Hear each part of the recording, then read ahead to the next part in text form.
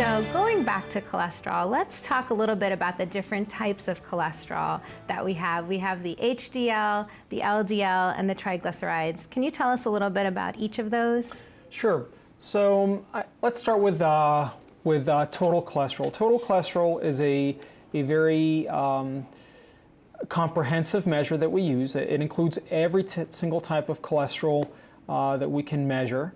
And it's a useful number, but that's not the number that we're going to be focusing on when we assess an individual patient's risk. The one we focus on is LDL. LDL contributes to the total cholesterol, but LDL is one that we're really going to pay attention to because this is the one that accumulates in the arteries and causes atherosclerosis and heart attacks. HDL is a cholesterol that we used to think that if you had a high HDL, it was a good thing, therefore it was termed the good cholesterol, and that we even thought that it could sort of counterbalance the negative effects of LDL. That's not so clear nowadays.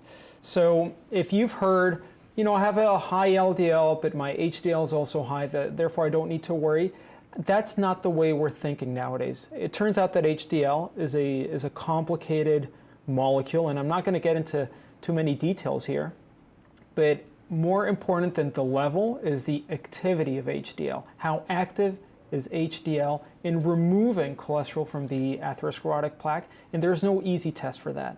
So we're not paying too much attention to high HDL levels as being protective.